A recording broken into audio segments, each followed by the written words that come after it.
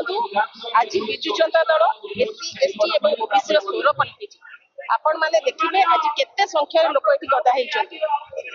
गोटे जाति भित्तिक गणना पे बारंबार डिमांड सते हेइ पर नथला कारण पार्लियामेंट रे जयन एक मंत्री ताकर भाषण रखिले जाति कोन एवं बाबा साहेब आंबेडकर को डिसरेस्पेक्ट करला बाबा साहेब आंबेडकर भी से रिजर्वेशन चाहूनथि समता चाहूथि जा हो जाति भित्तिक गणना पे बीजेपी से राज्य एवं ओडिसा रे आम विजु जनता दल विधायक मान विधायक मान दाबी जो धर्मघट जो आज राजी होती ओबीसी वर्ग को 11.25% रिजर्वेशन दौरान that is only for general education not for technical education तो आमर आपन मु भावुची मो मत जे 14% ओबीसी गोटे विद्रूप एटा गोटे धोखा